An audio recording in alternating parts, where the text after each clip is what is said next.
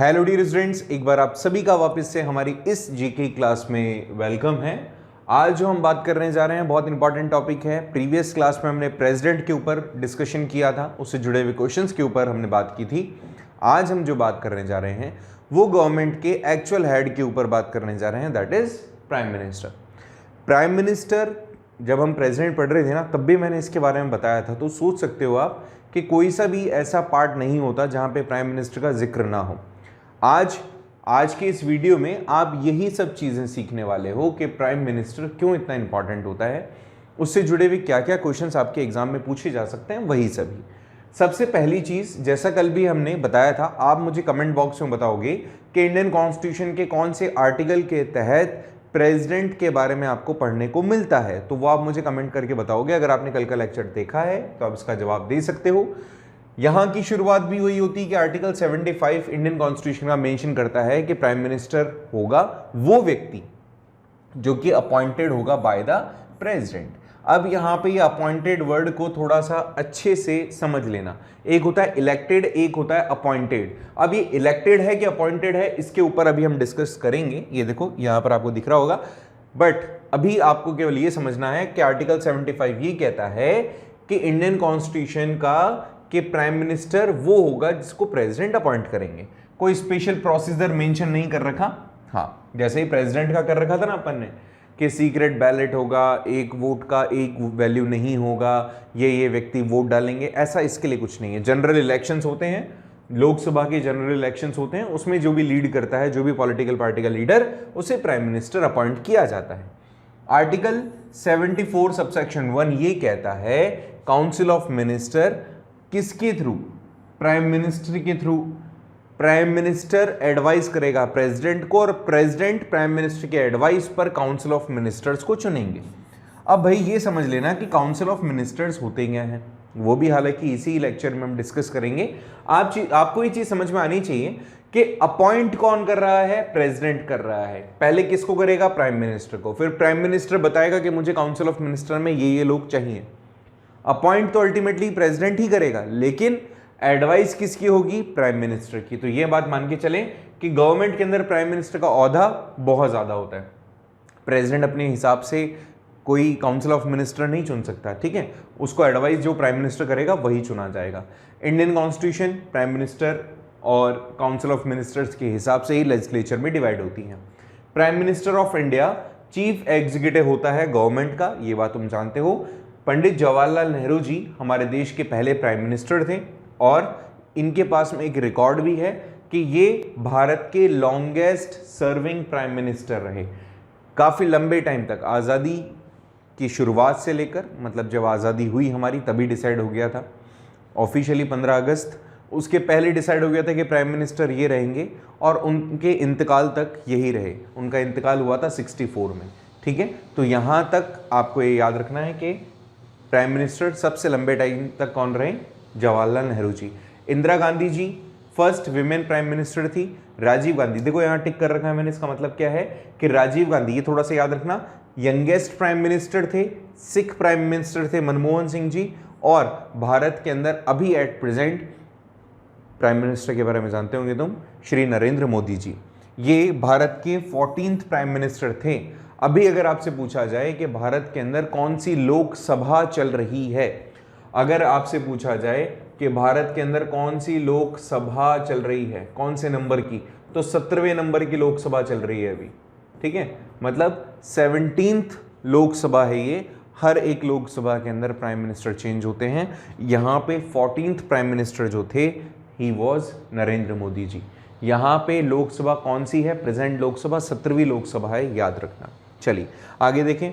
अब जो क्वेश्चन आता है वो यही है कि जो प्राइम मिनिस्टर होते हैं वो अपॉइंटेड होते हैं कि इलेक्टेड होते हैं। इस चीज़ को अच्छे से समझ लीजिएगा कि भारत के जो प्राइम मिनिस्टर होंगे वो प्रेसिडेंट के थ्रू अपॉइंटेड होंगे। याद रखना, क्यों? क्योंकि मैंने ऊपर भी बताया कि कोई स्पेशल प्रोसीजर नहीं है प्राइम मिनिस्टर चुनने के लिए। लोकसभा के इलेक्शंस होंगे, लोकसभा में जिस भी पॉलिटिकल पार्टी के लोग ज्यादा चुने जाएंगे, उनका जो लीडर होगा वो व्यक्ति अपॉइंट किया जाएगा एज अ प्राइम मिनिस्टर। यहां पर देखो लिखा हुआ है, जो भी मेजॉरिटी ऑफ सीट्स होल्ड करेंगे लोकसभा के अंदर और जिस भी पॉलिटिकल पार्टी की तरफ से उनका जो लीडर सामने आएगा, जिसके अंदर कॉन्फिडेंस दिखाया जाएगा लोकसभा के अंदर, उस पर्सन को प्रेसिडेंट अपॉइंट करेंगे। क्या? As prime minister. देखो, इलेक्टेड और नॉमिनेटेड और अपॉइंटेड तीनों अलग अलग वर्ड है। इलेक्टेड, नॉमिनेटेड और अपॉइंटेड, ठीक है, तीनों अलग अलग वर्ड हैं। यहां पे अपॉइंटमेंट किसको मिलेगा? प्राइम मिनिस्टर को, क्योंकि स्पेशल कोई प्रोसीजर नहीं है। सीधी सी बात है, जो लीडर होगा मेजॉरिटी पॉलिटिकल पार्टी का, उसे बना दिया जाएगा प्राइम मिनिस्टर। किसके थ्रू? प्रेसिडेंट के थ्रू। यहां पर ये वाला पॉइंट याद रखें कि president can also appoint prime minister on his own discretion, but only when, जब कोई पॉलिटिकल पार्टी क्लियर मेजॉरिटी में ना हो। कई बार ऐसा भी होता है कि कोई पॉलिटिकल पार्टी होती है लोकसभा के अंदर, लेकिन उसको मेजॉरिटी नहीं मिली होती, लगभग बराबर बराबर है, और 50% वाला जो टारगेट है मेजॉरिटी के लिए वो कोई भी अचीव नहीं कर रहा होता। तो ऐसे में बहुत रेयर केस होता है जब प्रेसिडेंट बोल देता है कि ठीक है, अगर किसी को नहीं मिल रहा है तो मैं मेरे हिसाब से मेरी पावरों को यूज करके मैं किसी को प्राइम मिनिस्टर बना दूंगा। तो ऐसा भी होता है, लेकिन ये हो सकता है वाली कंडीशन है, बाकी ऐसा बहुत कम देखने को मिलता है। ठीक है, अब इसकी पावर और फंक्शन क्या होते हैं? तो 2-3 चीजें हैं, हालांकि इतना आपको डिटेल में समझने की जरूरत नहीं, बट फिर भी आप सिंपल कुछ वर्ड्स में समझ जाओ कि लीडर होगा देश का, सारे पोर्टफोलियोज इसके पास में होंगे, मतलब अलग अलग जो भारत के अंदर जितने भी डिपार्टमेंट्स हैं मैक्सिमम इसके कंट्रोल में रहेंगे। ये कैबिनेट का हेड होगा, चेयरमैन होगा कैबिनेट का। कैबिनेट क्या होती है? जितने भी मेजर पोर्टफोलियोज होते हैं, मेजर डिपार्टमेंट्स होते हैं, उन सब का जो ग्रुप है दैट इज कैबिनेट। अभी हम नीचे डिस्कस करेंगे। ये ऑफिशियल रिप्रेजेंटेटिव होता है कंट्री का। अगर किसी देश के साथ में आपको कोई डील करनी है फाइनेंस की, डिफेंस की, तो अल्टीमेटली यही वो व्यक्ति होगा जो उस चीज को प्रोसीड करेगा। मैंने कल भी प्रेसिडेंट के लिए भी ऐसा ही कुछ बताया था, लेकिन मैंने कहा था कि अगर देश और देश के बीच में कोई मेमोरेंडम साइन करना है या फिर कोई ऐसे रिलेशंस हैं जो डिस्कस करने हैं, अगर कोई व्यक्ति किसी दूसरे देश का यहाँ आ रहा है और डिस्कस हमारे भारत के साथ में मीटअप करना चाह रहा है, तो उस मीटअप के लिए जो रिप्रेजेंटेटिव होगा वो हमारे देश का प्रथम व्यक्ति होगा। ठीक है, जैसे कोई इमेजिन कीजिए ब्रिटेन से यहाँ आया, वहाँ का कोई अच्छे ओहदे वाला व्यक्ति है, वो भारत के अंदर आकर के किसी से मिलेगा, अगर यूं ही यात्रा करने के लिए आ रहा है, तो उसको जो ग्रीट करा जाएगा, अगर पॉलिटिकल उसका ट्रैवलिंग है, अगर पॉलिटिकल उसकी विजिट है, तब तो प्राइम मिनिस्टर करेगा। लेकिन अगर वो यूं ही आ रहा है एक अच्छे मैत्री संबंध के लिए, तो फिर वहां पे प्रेसिडेंट उसको डील करेंगे, याद रखना, क्योंकि ये फर्स्ट पर्सन है देश के और प्राइम मिनिस्टर एक्चुअल हेड होता है। तो यहाँ पे कंट्री का ऑफिशियल रिप्रेजेंटेशन करते हैं प्राइम मिनिस्टर। ये प्रेसिडेंट और कैबिनेट के बीच में लिंकेज का काम करते हैं।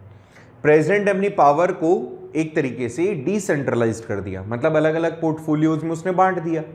मतलब ऐसे समझो कि प्रेसिडेंट सारा काम नहीं कर सकता था, मैंने कल भी कहा आपको, तो उसने अपनी पावर को डिस्ट्रीब्यूट कर दिया।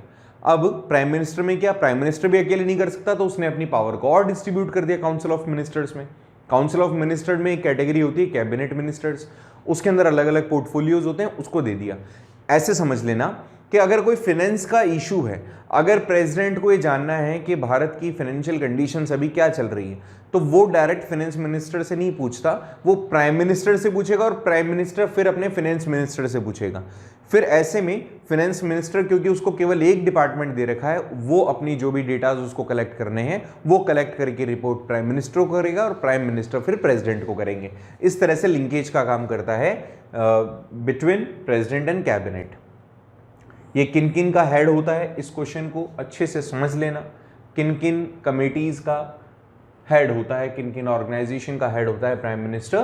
तो यहां पर देखिए, वो कई सारी ऐसी अथॉरिटीज होती हैं जिसमें से न्यूक्लियर कमांड अथॉरिटी, ये इंपॉर्टेंट है। नीति आयोग, इसके ऊपर पूरा एक लेक्चर पढ़ेंगे हम, वो पॉलिटिकल वाला जो डोमेन सब्जेक्ट के अंदर पढ़ेंगे इसको, तो बाय द वे, बट इससे जुड़े हुए क्वेश्चन आपसे पूछे जा सकते हैं नीति आयोग से।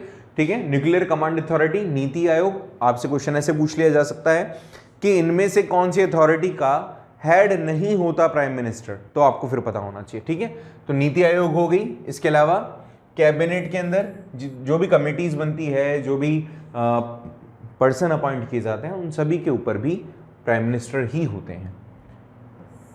एटॉमिक एनर्जी हो गई, space and ministry of personnel हो गए, पब्लिक ग्रीवेंसेस एंड पेंशंस, इन सभी डिपार्टमेंट के हेड और चीफ होते हैं आपके प्राइम मिनिस्टर। चीफ एडवाइजर किसके? प्रेसिडेंट के। प्रेसिडेंट को अगर कुछ भी पूछना होता है तो वो प्राइम मिनिस्टर से ही पूछते हैं, मैंने अभी भी आपको बताया। और इसका मेन इंटेंशन यही है, मेन इसका वर्क यही है कि प्रेसिडेंट क्योंकि अकेले काम नहीं कर सकता, उसके पास में सारी पावर तो दे दी कॉन्स्टिट्यूशन ने, बट वो अपने आप से सारे डिपार्टमेंट होल्ड नहीं कर सकते। दैट इज वाई उन्होंने अपनी पावर को डिस्ट्रीब्यूट किया, सबसे पहले तो प्राइम मिनिस्टर में, और फिर प्राइम मिनिस्टर से भी पावर डिस्ट्रीब्यूट हुई काउंसिल ऑफ मिनिस्टर्स में। ठीक है, prime minister is the head of union parliament, chief minister is the head of state parliament. यहां पे अगर मैं आपको थोड़ा सा समझाऊं तो देखो, यहां पे ऐसे समझो कि अगर कोई मतलब भारत के अंदर ओवरऑल अगर भारत की कंडीशन को देखा जाए तो पूरे भारत के अंदर, एक सेकंड देखो, इसको ऐसे ऐसे बना देते हैं एक छोटा सा भारत का नक्शा। तो अगर इस पूरे भारत के अंदर देखा जाए तो इस पार्लियामेंट का, यूनियन पार्लियामेंट का हेड तो कौन होता है? Prime minister. और प्राइम मिनिस्टर के इक्वलेंट काम करता है, सारा का सारा प्राइम मिनिस्टर के इक्वल काम होता है किसका? चीफ मिनिस्टर का। तो जहां जहां आज मैं आपको पार्लियामेंट पढ़ा रहा हूं या प्राइम मिनिस्टर पढ़ा रहा हूं, आप इसको ऐसे समझ सकते हो कि आप स्टेट का लेजिस्लेटिव असेंबली पढ़ रहे हो और स्टेट के प्राइम मिनिस्टर की बात कर रहे हो, जिसको आप चीफ मिनिस्टर के नाम से जानते हो। मतलब prime minister is equals to chief minister छोटे रूप में स्टेट के अंदर, और ये सेंट्रल के अंदर। ऐसे ही जो प्रेसिडेंट होता है वो बिल्कुल इक्विवेलेंट होता है, यहां पे गवर्नर उसके, ये स्टेट के अंदर और ये सेंट्रल के अंदर। तो ये तो हो गई पूरे देश की बात, और ये हो गई किसी एक स्टेट की बात। ठीक है, मतलब ज्यादा कोई अंतर नहीं है, बिल्कुल बराबर से काम है इनके, बस क्राइटेरिया थोड़ा सा बड़ा हो जाता है इन दोनों के लिए, प्राइम मिनिस्टर और प्रेसिडेंट के लिए। यहां पे क्राइटेरिया थोड़ा सा छोटा हो जाता है, एरिया काम करने का थोड़ा सा छोटा हो जाता है। ठीक है, यहां पर इतना आपको याद रखना है। नेक्स्ट टॉपिक के ऊपर बात करते हैं, इसको थोड़ा सा एक बार नीचे करते हैं। ओके, नाउ एलिजिबिलिटी की बात करें तो यहां पे प्राइम मिनिस्टर बनने के लिए कोई स्पेशल एलिजिबिलिटी की जरूरत नहीं होती। जो भी आपकी क्वालिफिकेशंस होनी चाहिए लोकसभा मेंबर बनने की, वही क्वालिफिकेशन यहां होनी चाहिए। सबसे पहले भारत का नागरिक होना चाहिए, 25 साल की कम से कम एज होनी चाहिए आपकी, क्योंकि देखो भाई, लोकसभा का मेंबर अगर आप हैं, लोकसभा का मेंबर अगर आप हैं तो आपकी कम से कम एज 25 साल होनी चाहिए। राज्यसभा के लिए 30 साल। देखो, प्रेसिडेंट, राज्यसभा और लोकसभा, प्रेसिडेंट बनने के लिए 35 साल कम से कम एज, राज्यसभा का मेंबर बनने के लिए 30 साल एज, और लोकसभा का मेंबर बनने के लिए 25 साल की एज होना जरूरी है। तो राज्यसभा का मेंबर हो चाहे लोकसभा का मेंबर हो, किसी का भी मेंबर हो, वो प्राइम मिनिस्टर बन सकता है। सिटीजन ऑफ इंडिया होना चाहिए। पॉलिटिकल पार्टी, देखो पहले मैंने आपको बताया था कल, पॉलिटिकल पार्टी से संबंधित नहीं होना चाहिए प्रेसिडेंट, इसके लिए तो होगा क्योंकि तभी तो चुन कर के आएगा। बात समझ रहे हो मेरी? तो यहां पे अपॉइंटेड है, इलेक्टेड नहीं है। प्राइम मिनिस्टर नहीं इलेक्ट कर रहे हैं हम मेंबर ऑफ पार्लियामेंट इलेक्ट करते हैं, मेंबर ऑफ लोकसभा इलेक्ट करते हैं। उसमें से जो उनका लीडर होता है उस पॉलिटिकल पार्टी का, वो अपॉइंट होता है एज अ प्राइम मिनिस्टर। इन चीजों को अच्छे से याद रखना। मैक्सिमम टाइम यही देखा जाता है कि लोकसभा का जो लीडर होगा, लोकसभा के अंदर जिस भी पॉलिटिकल पार्टी का जो लीडर होगा उसे अपॉइंट कर दिया जाएगा प्राइम मिनिस्टर, मेजॉरिटी अगर उनको गेन होती है तो। ठीक है, तो ये इसकी क्वालिफिकेशन होगी, एलिजिबिलिटी होगी। अब यहां पे 3 आर्टिकल्स हैं जो आपको अच्छे से समझना है, इंडियन कॉन्स्टिट्यूशन के कुछ आर्टिकल्स जो आपको अच्छे से समझना है। पहला आर्टिकल है 74। आर्टिकल 74 क्या कहता है कि prime minister, mention how the prime minister and president are both connected with the council of ministers, the council with prime minister as head advise president on various issues। Article 74 कहता है कि prime minister और council of minister और president तीनों जुड़े हुए हैं। President जो भी काम करेंगे उसको एडवाइस करेगा प्राइम मिनिस्टर और उसका काउंसिल। काउंसिल का मतलब क्या होता है? एक बड़ा ग्रुप होगा, इसके अंदर कैबिनेट मिनिस्टर्स होंगे, स्टेट मिनिस्टर्स होंगे, डेप्टी मिनिस्टर्स होंगे, ये सब मिलकर के एडवाइस करेंगे प्राइम मिनिस्टर को और प्राइम मिनिस्टर एडवाइस करेंगे प्रेसिडेंट को। या फिर एक बात आप इसको अच्छे समझना कि 74 में ये बताया गया, आपको तो इतना याद रहना चाहिए कि 74 में ये बताया गया है कि प्राइम मिनिस्टर और प्रेसिडेंट आपस में कनेक्टेड होते हैं रिगार्डिंग काउंसिल ऑफ मिनिस्टर्स। 75 ये मेंशन करता है कि प्रेसिडेंट अपॉइंट करेंगे प्राइम मिनिस्टर को और दूसरे मिनिस्टर्स को, किसके एडवाइस पर? प्राइम मिनिस्टर के एडवाइस पर। अभी दूसरे मिनिस्टर कौन से हैं? Council of ministers. ठीक, नेक्स्ट, मिनिस्टर्स तब तक अपना ऑफिस होल्ड करेंगे जब तक प्रेसिडेंट चाहेंगे। जब तक प्रेसिडेंट चाहेंगे तब तक ही काउंसिल ऑफ मिनिस्टर्स अपना ऑफिस होल्ड कर सकते हैं। मैंने कहा फाइनेंस डिपार्टमेंट अगर चेंज करना है, फाइनेंस मिनिस्टर को चेंज करना है, तो उसके लिए प्रेसिडेंट अपॉइंट करेंगे नया फाइनेंस मिनिस्टर, उसको हटाया भी जा सकता है। एडवाइस कौन करेगा? प्राइम मिनिस्टर करेगा, ये याद रखना। Council of minister is collectively responsible for Lok Sabha. एक आपको टर्म देता हूं मैं, one for all, all for one. ठीक, यहां याद रखना one for all for one का मतलब हो गया कि प्राइम मिनिस्टर और काउंसिल ऑफ मिनिस्टर ये पैरेलल है। One prime minister for all and all for one, and इनके ऊपर कौन? प्रेसिडेंट। यहां पर यही बात बोला इन्होंने कि जो काउंसिल ऑफ मिनिस्टर है, प्राइम मिनिस्टर है, वो लोकसभा के लिए रेस्पॉन्सिबल है। लोकसभा मतलब जो भी व्यक्ति पूरे भारत से चुन करके आए हैं, जो रिप्रेजेंटेटिव हैं पूरी गवर्नमेंट मतलब जनता के, अल्टीमेटली उनकी क्वेश्चंस को, उनकी डेवलपमेंट को, इन सभी चीज़ों को रेस्पॉन्ड करने वाले जो लोग होते हैं वो काउंसिल ऑफ मिनिस्टर और प्राइम मिनिस्टर होते हैं।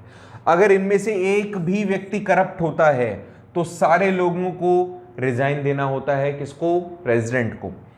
अगर सभी में से एक व्यक्ति भी करप्ट है, किसमें से? मैंने आपको बताया किसमें से। वो व्यक्ति जो कैबिनेट का पार्ट है, जिसको बड़े बड़े पोर्टफोलियोज में से कोई पोर्टफोलियो दिया हुआ है, अगर वो करप्ट है तो उसको भी रिजाइन देना पड़ेगा, इंक्लूडिंग प्राइम मिनिस्टर। ठीक है, तो ये चीज़ अभी और हम डिस्कस करेंगे। आर्टिकल 78 क्या कहता है? 78 कहता है कि प्राइम मिनिस्टर कम्युनिकेट करेगा सभी जो भी डिसीजन वो लेने वाला है अपने काउंसिल ऑफ मिनिस्टर्स के साथ में और प्रेसिडेंट के साथ में।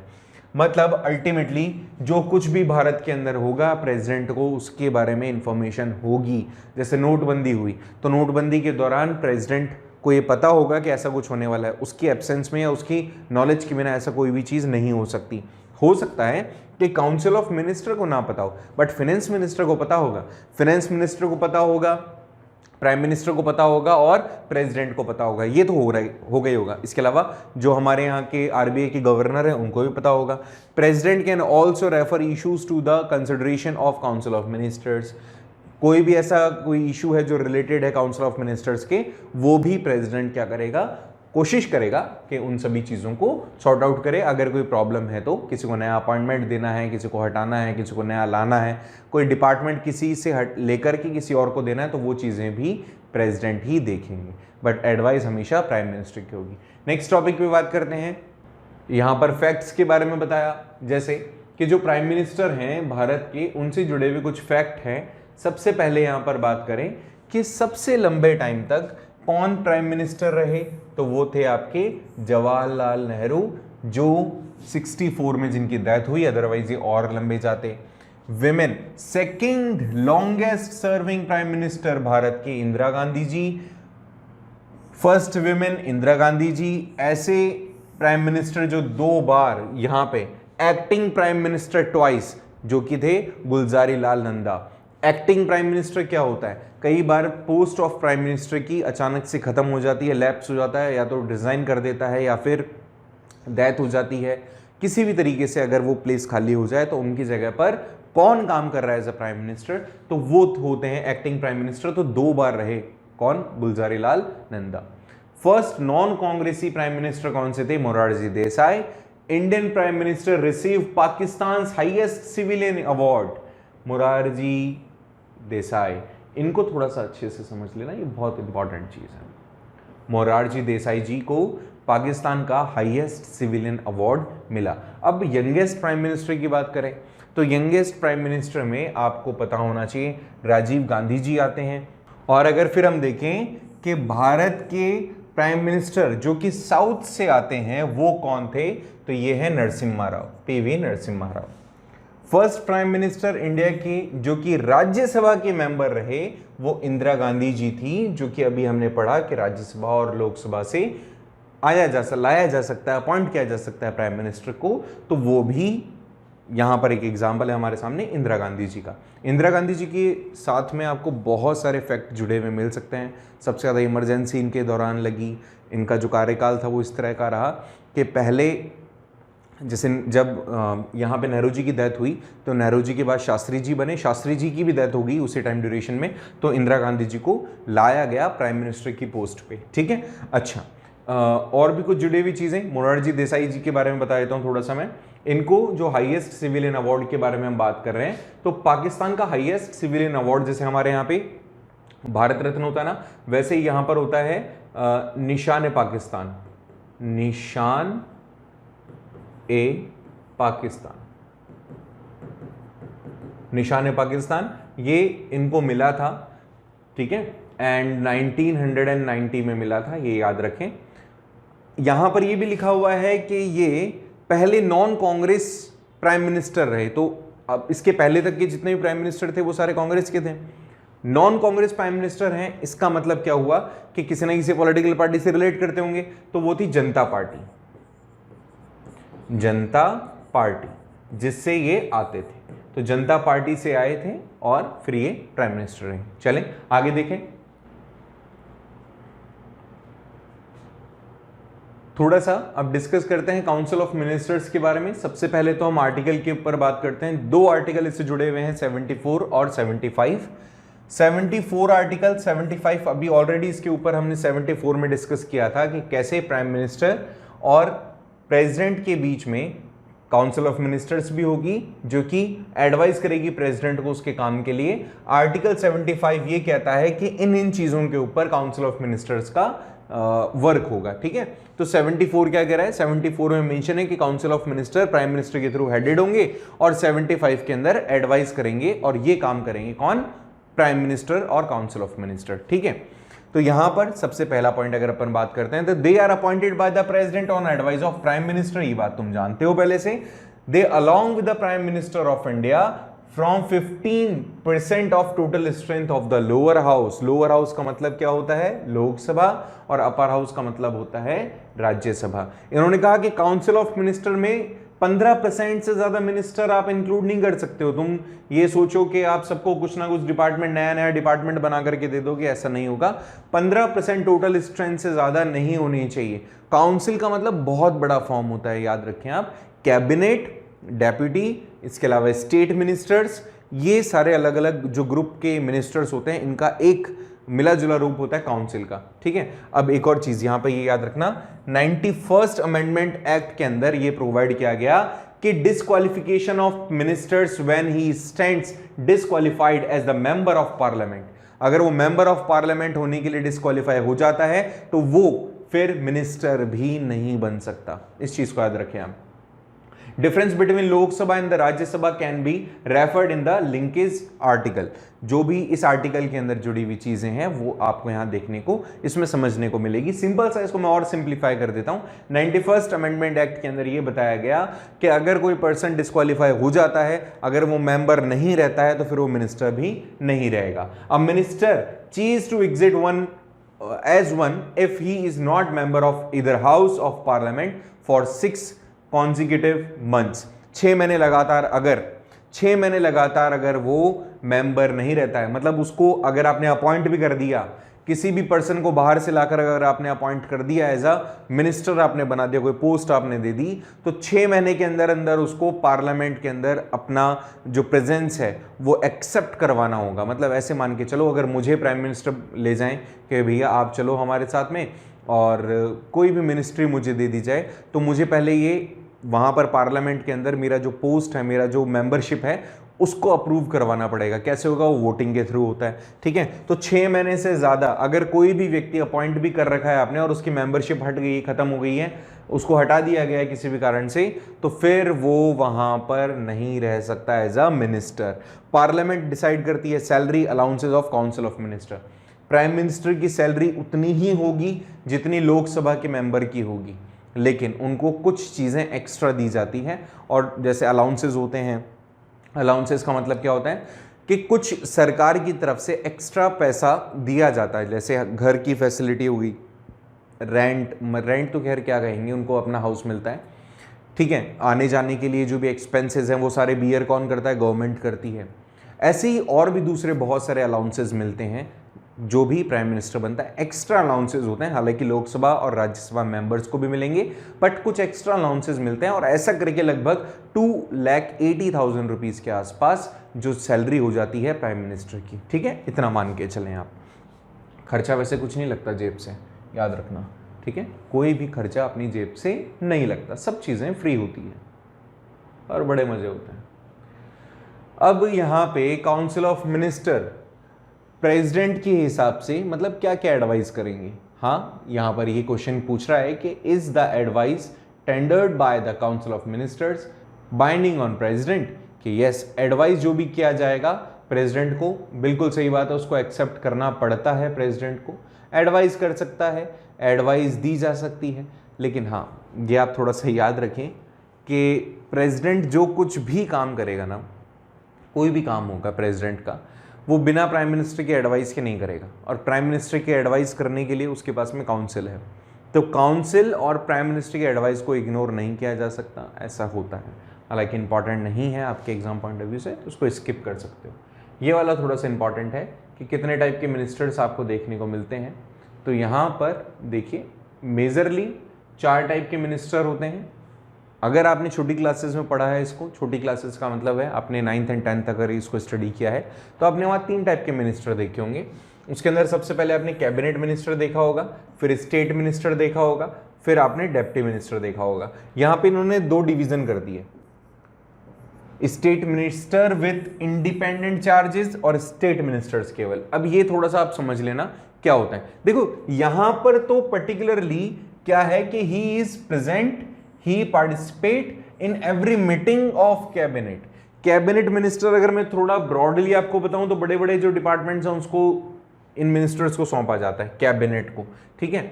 और यहां पर अगर इन मिनिस्टर्स की बात करूं जो कि स्टेट से आते हैं, इनका इंडिपेंडेंट चार्ज होता है। इसका मतलब यहां पर जो भी मिनिस्टर्स होंगे they will hold particular department with a particular agenda, और यहां पर उनको इनवाइट किया जाएगा कि आपको जो भी मीटिंग्स वगैरह है उसमें आप आए, पार्टिसिपेट करें। यहां पर इनको, क्योंकि प्राइम मिनिस्टर पूरे भारत का है, तो बहुत सारे स्टेट से अलग अलग मिनिस्टर्स बुलाए जाते हैं कि उनको ऐसा ना रहे कि किसी एक स्टेट को छोड़ दिया अगर उनकी पॉलिटिकल पार्टी वहाँ पर नहीं है। जैसे राजस्थान की बात करें तो प्राइम मिनिस्टर हमारे बीजेपी के हैं, और अगर स्टेट की बात करें तो स्टेट के अंदर गवर्नमेंट अभी कांग्रेस की है, तो कोई ना कोई ऐसा मिनिस्टर जरूर वो बुलाते हैं जिससे कि ऐसा ना फील हो कि राजस्थान को तो इग्नोर किया जाएगा। तो कई बार इन मिनिस्टर्स को भी बुला लेते हैं, जबकि ऊपर वाले में इंडिपेंडेंट चार्ज दे दिया जाता है कि भाई ये मिनिस्ट्री तुम्हारे को संभालनी है, समझ में आ रहा है। जबकि यहाँ पर जरूरी नहीं है, इनको इनवाइट किया भी जा सकता है मीटिंग में, नहीं भी किया जा सकता। कोई डिसीजन लिया जाना है तो इनको बुलाया भी जा सकता, नहीं भी बुलाया जा सकता, ऐसा कुछ भी नहीं है। The work of such minister is allotted by the cabinet minister. ये जो मिनिस्टर ऊपर बड़े पोर्टफोलियो वाले हैं, ये कुछ काम दे दें तो कर लें, नहीं तो नहीं।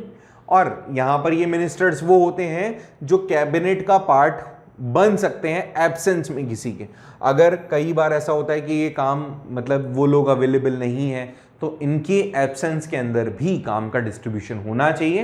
तो ये वर्क करते हैं वो जो मिनिस्टर्स इनको देते हैं उनको काम करने के लिए। अल्टीमेटली ऐसे समझ लो कि मेन तो काम कैबिनेट का है और ये फिर सारे सप्लीमेंट्स हैं, ठीक है, कि कभी जरूरत पड़ेगी तो हम काम में ले लेंगे।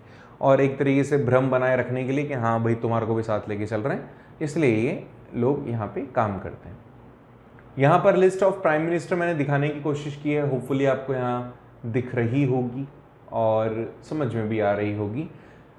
नेहरू जी से स्टार्ट करके नरेंद्र मोदी जी तक अगर आप देखेंगे तो यहाँ पे सारे प्राइम मिनिस्टर आपको देखने को मिलेंगे। इनसे जुड़े हुए फैक्ट्स ऑलरेडी मैं आपके साथ डिस्कस कर चुका हूँ, ठीक है। इनके बारे में ज़्यादा अच्छा किसके बारे में आपको ज़्यादा पढ़ना है मैं ये भी बता देता हूँ।